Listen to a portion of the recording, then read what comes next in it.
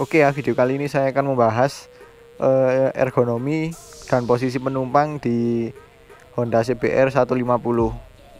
Nah, ini kebetulan Honda CBR 150 yang saya gunakan ini yang keluaran pertama yang model baru tahun 2016, masih awal-awal ya. Nah, yang sama yang tahun 2018 ke atas itu cuma ada perbedaan sedikit di fitur-fiturnya sih, tapi kalau untuk desain keseluruhan gak ada perubahan sama sekali. Oke, sekarang kita lihat desain dari sampingnya, bisa dibilang tajam-tajam ya, beda dengan R15. Kalau R15 itu masih desainnya masih agak kalem, cuman sportinya dapat, R seriesnya itu dapat. Kalau GSX R150 juga demikian, desainnya alirannya lebih halus seperti motor balap sih. Tapi kalau ini tajam-tajam, bener-bener lancip-lancip, bagus sih, punya karakter sendiri. Nah, di motor ini punya teman saya itu ada sedikit modifikasi yang nggak terlalu merubah estetikanya lah. Pertama, dari depan ada windshield, dia ganti yang model smoke dan itu lebih jenong, lebih ke atas, lebih panjang. Terus kemudian klakson, dia pakai klakson keong, pakai Denso, dan suaranya itu keras banget tuh. Kemudian di belakang Tilt ID dia pakai aksesoris, entah ini punyanya apa, cuman ya masih oke lah, masih kelihatan cocok sih.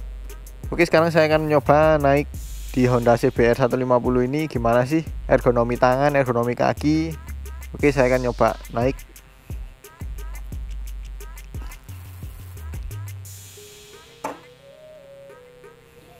Nah, tinggi saya 167 cm dan bisa dilihat hampir napak, sedikit saja jinjit. Dan ini posisi saya sudah maju, sudah dekat sekali dengan tangki. Kalau ke belakang, nah seperti ini, kalau ke belakang saya jinjit. Jinjitnya seperti ini, bisa dibayangkan tinggi 167 cm. Ini paling belakang ya, paling mentok. Terus kemudian untuk jangkauan stang, ini stangnya apriok, nggak terlalu melebar, nggak terlalu menekuk, pas sih menurut saya. Dan ini jaraknya bisa dibilang cukup dekat, lebih dekat daripada E15 V3, tapi dibandingkan dengan GSX R150 masih agak lebih panjang ya, masih lebih dekat GSX R150. Terus kemudian jangkauan jari ke handle kopling dan handle rem itu cukup enak, cukup pas, dan feel-nya itu juga cukup enak. Dan ini untuk meraih tombol-tombolnya juga nggak terlalu susah. Di sini ada tombol pas beam, lampu dekat, lampu jauh, klakson, lampu sein kanan kiri. Kemudian yang sebelah kanan ini ada tombol starter. Sayang di sini nggak ada engine kill switch ya, jadi ada yang kurang gitu loh rasanya. Kuncinya sudah model starter key ya, standar lah di kelas 150 cc ini. Semuanya juga ada, R15 V3 ada, GSX R150 dia yang istimewa, dia pakai keyless. Jadi untuk starter key masih standar lah, bukan yang terbagus. Terus kemudian untuk tangkinya ini cukup ramping di bagian sini, cukup mudah untuk menggapit, dan ini juga agak panjang ya, nggak sepanjang R15 V3, cuman di sini cukup panjang. Lalu untuk ergonomi kaki ke footstep ini seperti ini. Nah, ini posisi kaki saya nggak terlalu menekuk sih dibandingkan R15 V3, tapi kalau sama GSX R150 kayaknya hampir sama sih. Tapi ini cara footstep ke jok agak cukup dekat ya, jadi menekuknya kelihatan V gitu ya, kelihatan menekuk sekali. Cuman ini untungnya footstep gak terlalu ke belakang, agak sedikit ke depan. Dan ini untuk footstepnya yang depan ada lapisan karet, kalau yang belakang nggak ada, pakai jagung. Kemudian yang saya rasakan ketika menggapit sini, bagian lutut kayak agak terganggu ya dengan desain fairingnya yang di sini agak menggemuk dikit, terus di sini agak lancip. Jadi kurang enak lah. Masih enakan menggapit R15 V3 ataupun GSX R150. Kalau ini masih agak terganggu sih lututnya dengan body ini. Kemudian untuk joknya ini juga nggak terlalu keras sih, masih agak mendingan, hampir sama dengan R15 V3. Cuma di R15 V3 itu kontur joknya agak kasar ya, jadi kesannya kayak keras gitu. Cuman sih yang saya rasakan nggak terlalu keras banget, sama-sama ini. Tapi ini ketebalannya masih kalah tebal dengan R15 V3. Tapi dibandingkan dengan Gesek R150 masih nyaman ini. Gesek R150 itu keras banget tuh. Kalian bisa lihat videonya di link pojok kanan atas ya. Dan ini posisi maju mundurnya juga cukup enak. Waktu jalan juga cukup enak kok naik motor ini. Cuman kalau kalian mau boncengan ya, terutama ya ketika jalan, saya sarankan jangan terlalu ke depan sini. Karena kalau terlalu ke depan, bagian kemaluan kalian akan seperti ditekan gitu loh. Apalagi ditambah dengan penumpang yang terutama lawan jenis ya. Itu pastinya akan menambah beban yang lebih. Jadi saya sarankan sih untuk agak ke belakang sini. Nah, sini ketika jalan. Tapi kalau ketika nanti mau berhenti, untuk mempermudah jangkauan kaki ke tanah, kalian bisa agak maju gini. Terus kemudian untuk speedometernya juga mudah dilihat, mudah dipantau.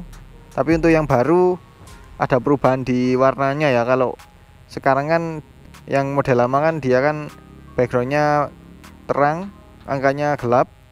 Nah, kalau yang baru itu kebalikannya, negatif display. Jadi backgroundnya yang gelap, angkanya yang terang. Saya jamin itu pasti lebih enak sih, lebih enak dilihat dan lebih jelas. Terus untuk spionnya juga cukup enak sih, standar lah, cukup memadai untuk melihat ke belakang. Dan ini sama yang punya di setel agak tinggi, jadi menambah kesan kayak sport touring ya malah ya. Karena dengan spion yang tinggi, stang yang apriok dan visornya yang cukup tinggi juga, sport touringnya dapat auranya. Oke, mungkin cukup itu aja ya. Kemudian saya akan coba duduk di belakang di motor Honda CBR 150 ini, gimana rasanya. Kalian tonton video ini ya. Oke, sekarang teman saya akan mencoba naik di Honda CBR 150 ini. Tingginya berapa mas? 169. Tingginya 169. Nah ini posisi kakinya gimana, Napa? Agak nekuk kakinya. Oh ya, nekuk. Jadi untuk postur 169 dengan mudahnya menjangkau tanah ya. Terus jangkauan ke tangannya gimana mas? Lumayan enak sih. Lumayan enak ya daripada R15 atau GSX ya. Nah ini untuk posisi tangannya cukup santai ya, meskipun dia sport, cuman karena stangnya apriok jadi santai lah, lebih tinggi enak. Terus posisi kaki ke footstep gimana? Terlalu nekuk. Terus ini tetap. Nah untuk lekukan kaki ya, untuk postur 169 cm, katanya mas ini terlalu menekuk. Kalau sama R15 V3 nekuan mana mas? Luan ini mas. Katanya masih nekuk ini. Mungkin ini jaraknya yang terlalu pendek ya, jok sama footstepnya. Terus sama ini bagian lutut dia kena ini fairingnya yang agak menonjol, jadi agak keganggu mas ya. Jadi agak terganggu. Jadi untuk postur 169 kurang cocok lah naik CBR 150 ini. Kemudian saya akan mencoba naik di belakang sebagai penumpang di motor ini, gimana sih rasanya. Oke, saya akan mencoba duduk di belakang sebagai penumpang, gimana sih rasanya duduk di jok belakang Honda CBR 150 ini.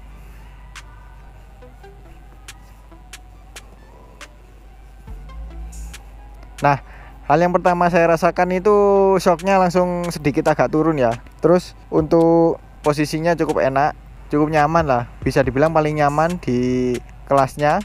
Terus juga untuk joknya ini ya standar lah, standarnya motorsport, agak keras, cuman untuk lebarnya sama panjangnya sangat memadai dan pas.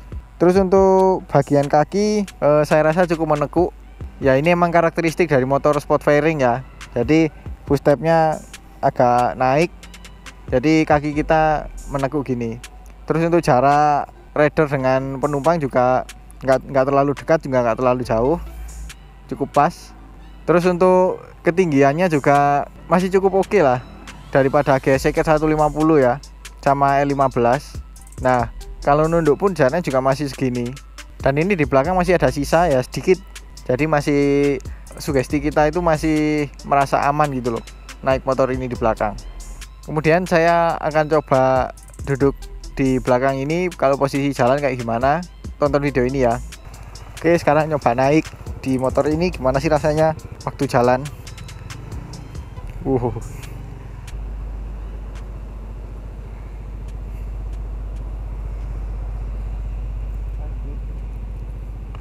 Ya, untuk dipakai jalan pelan cukup enak sih, nggak terlalu terintimidasi. Efek mesinnya yang cukup halus ya, terus suspensinya juga cukup enak. Ya, overall untuk penumpang belakang motor ini sangat bisa dikatakan paling nyaman lah di kelasnya kalau dibandingkan dengan Yamaha R15 V3 ataupun GSX R 150.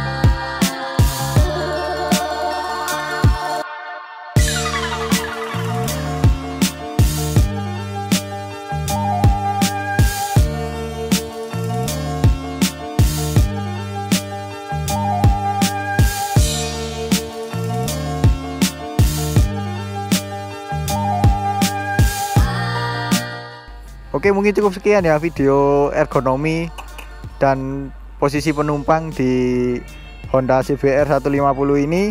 Bagaimana menurut kalian? Apakah postur tubuh kalian ada yang sama dengan saya atau dengan teman saya? Ya, itu mungkin bisa jadi acuan lah untuk membeli motor ini, worth it atau enggak. Oke ya, mungkin cukup sekian video kali ini. Jangan lupa like, comment, share, dan subscribe, serta tekan tombol loncengnya untuk mendapatkan notifikasi video terbaru dari saya. Follow juga Instagram saya di @mojo_038 dan follow juga Instagramnya Mas ini di @karindraputra. Terima kasih telah menonton dan sampai jumpa di video selanjutnya.